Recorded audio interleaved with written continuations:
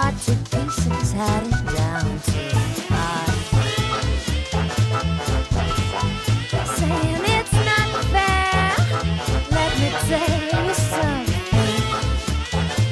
I can't say I care. Yeah, yesterday's news.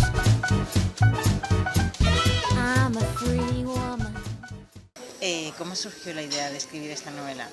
Pues mira, esta novela empezó, aunque yo no lo sabía, hace como 20 años, cuando de verdad esto que cuento, doy mi palabra de que es cierto. Una señora mayor se me sentó al lado en un banco y me dijo si me podía preguntar una cosa. Entonces me contó que había aparecido, ella estaba viuda, y había aparecido en su vida su primer novio, del que se habían separado a causa de la guerra, las familias se movieron por distintos sitios, y que este hombre había reaparecido, que también estaba viudo, y que quería verla otra vez. Llevaban un tiempo escribiéndose, hablándose por teléfono, y que qué opinaba yo de eso.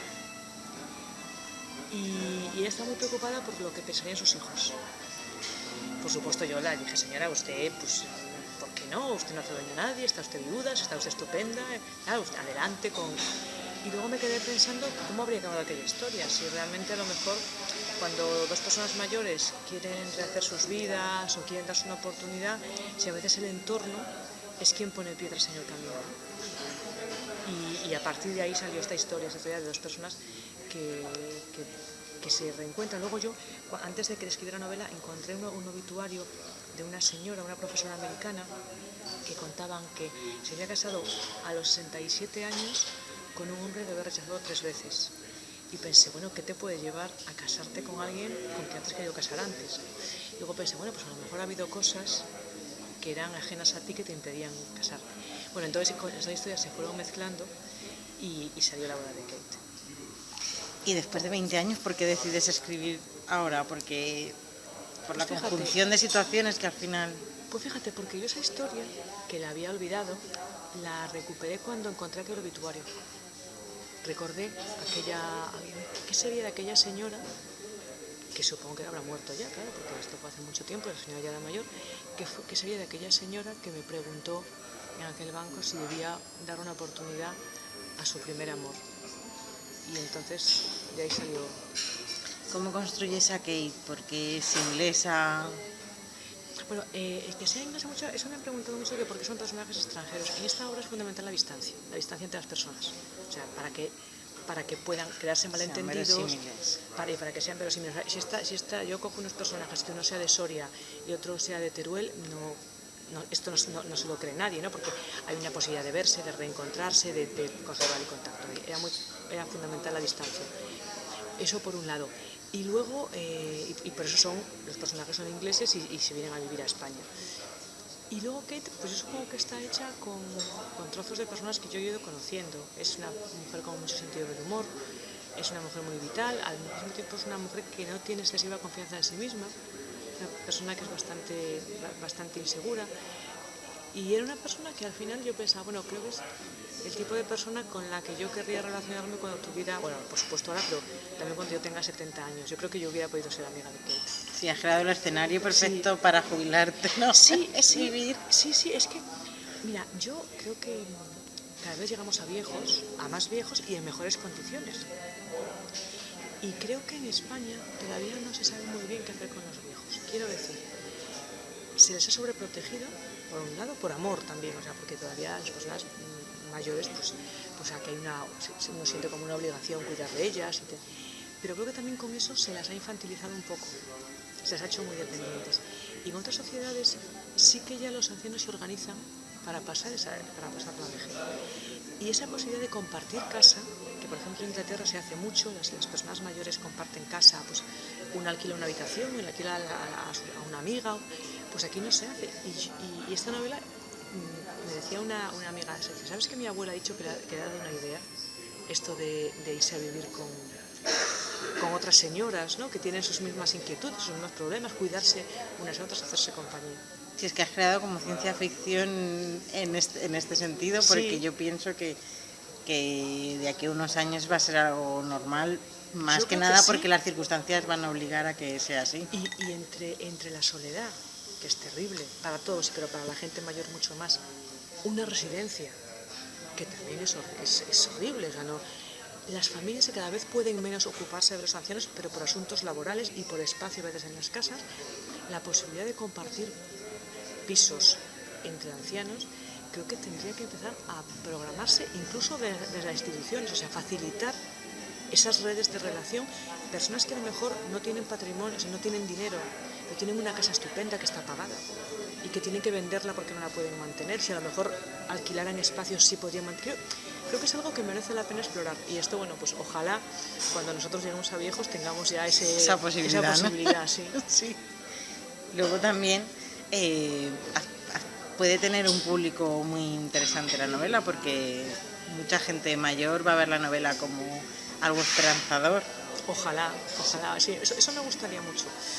El otro día me escribió una señora de 75 años que le habían regalado la novela a sus hijos y me decía que desde que leyó la novela se había dado cuenta que tenía unas posibilidades que ella ya había descartado. Y me pareció maravilloso, porque cuando uno escribe un libro no piensa, o sea, yo no soy consciente cuando estoy escribiendo que hay gente que va a leer el libro, porque yo no tengo en la cabeza a nadie más que la historia y el libro, y no pienso.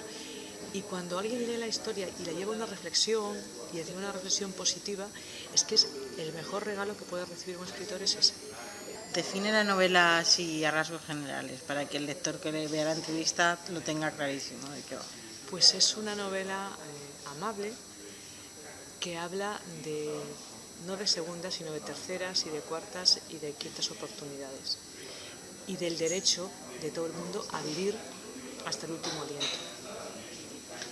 Si tuvieras que, no sé si es posible, pero si tuvieras que hacer un hilo conductor de todas tus novelas, ¿qué dirías qué elemento común o qué elementos comunes se encuentran en ellas? La amistad.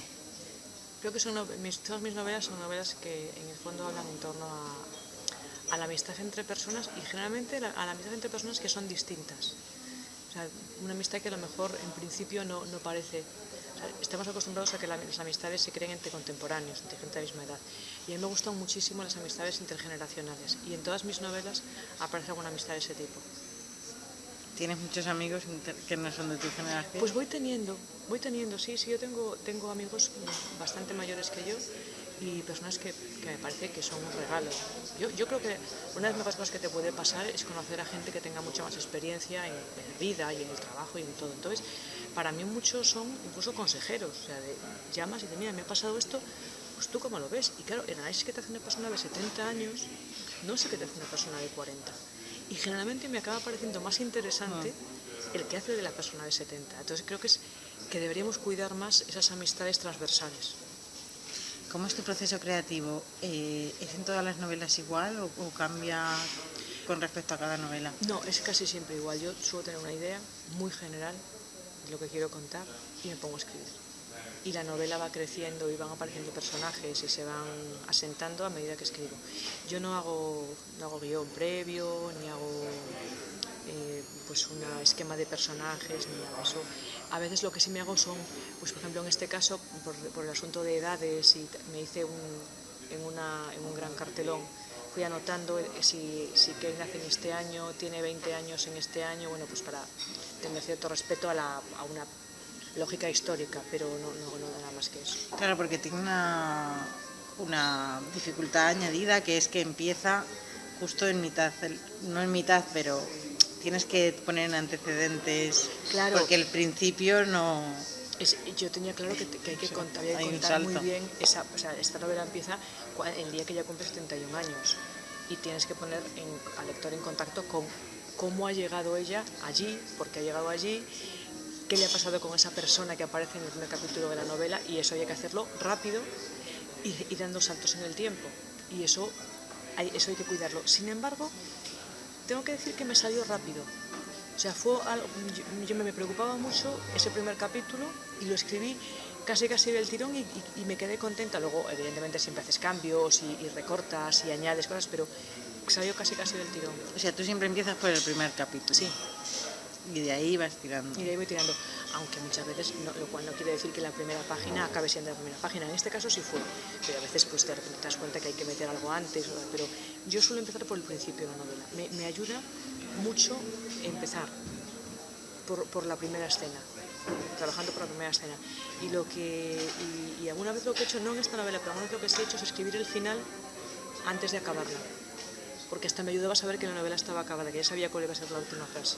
¿Cómo seleccionas las musas que te van pasando por la cabeza? Pues mira, yo creo que una historia hay que contarla cuando empiezo a pensar en ella, o sea, cuando sin yo querer se me va a la cabeza esa historia muchas veces. Entonces ahí me doy cuenta que puede haber una historia.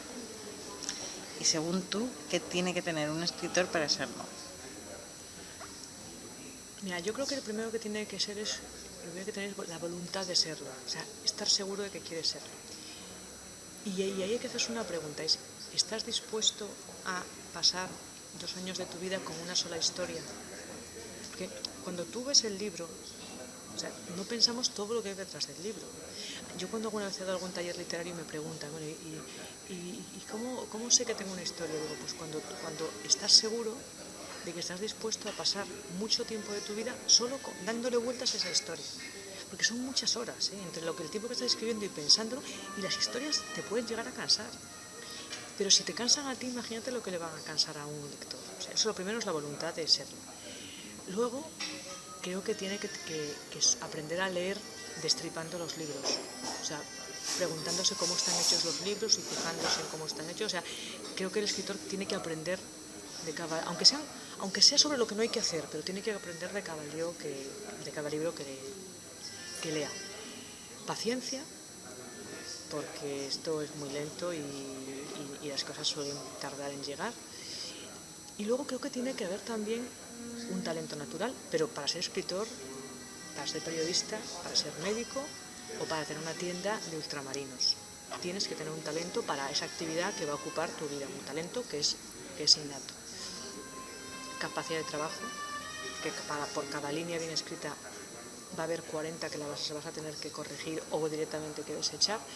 Y también creo que hay una parte de suerte, como en todo. De dar con la historia, de dar con el editor que sea capaz de entender esa historia y pelear esa historia. Y luego, incluso que una vez publicado el libro, tu libro llegue en el momento adecuado. Hay grandes libros que se han perdido porque llegaron en un mal momento y fueron, pues a lo mejor, opacados por otros, o oscurecidos por otros, o simplemente no pudieron hacerse un hueco en la mesa de novedades. Y la suerte es muy injusto y es muy triste, existe también. Lo que pasa es que es cierto que si una persona es buena en su trabajo, la suerte acaba por llegar. A lo mejor no llega con el primer libro, o a lo mejor no llega con el segundo. Yo también es una cosa que cuento mucho cuando tengo alumnos, digo, es que hasta que García Márquez escribió 100 años de soledad, pasaron muchas cosas y tuvo muchos disgustos profesionales, muchos disgustos.